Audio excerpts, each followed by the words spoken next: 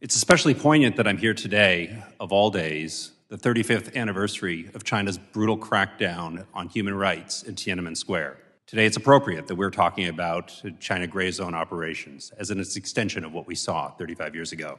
I'm here to tell you today that Beijing is waging what some PRC sources refer to as a war without gunsmoke in the gray zone of maritime East Asia. China's Coast Guard and maritime militia are on the front lines of its seaward expansion, asserting China's maritime claims through non-lethal means, operating in the gray zone that falls below the threshold of war. They are supported in the distance by People's Liberation Army Navy, which compels foreign states to compete on China's terms. Together, China's three maritime forces enable the PRC to leverage its national power as part of a quest for China to win without fighting.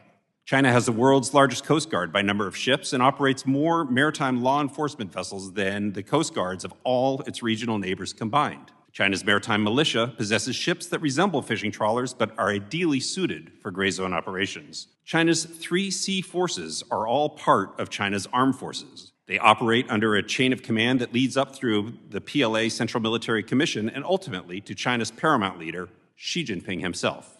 As such, China's Coast Guard and maritime militia are state-sponsored, and one should not consider them to be civilian vessels. The PRC empowers its maritime forces with domestic laws it imposes on international waters, the International Maritime Commons. China's 2021 Coast Guard law includes a provision that permits the Coast Guard to take all necessary measures, including the use of force, within the maritime areas under China's jurisdiction. Effective as of June 15th this year, China's Coast Guard will possess authority under PRC law to detain foreigners for up to 60 days without trial, namely those who are suspected of illegally crossing into PRC's claimed maritime boundaries.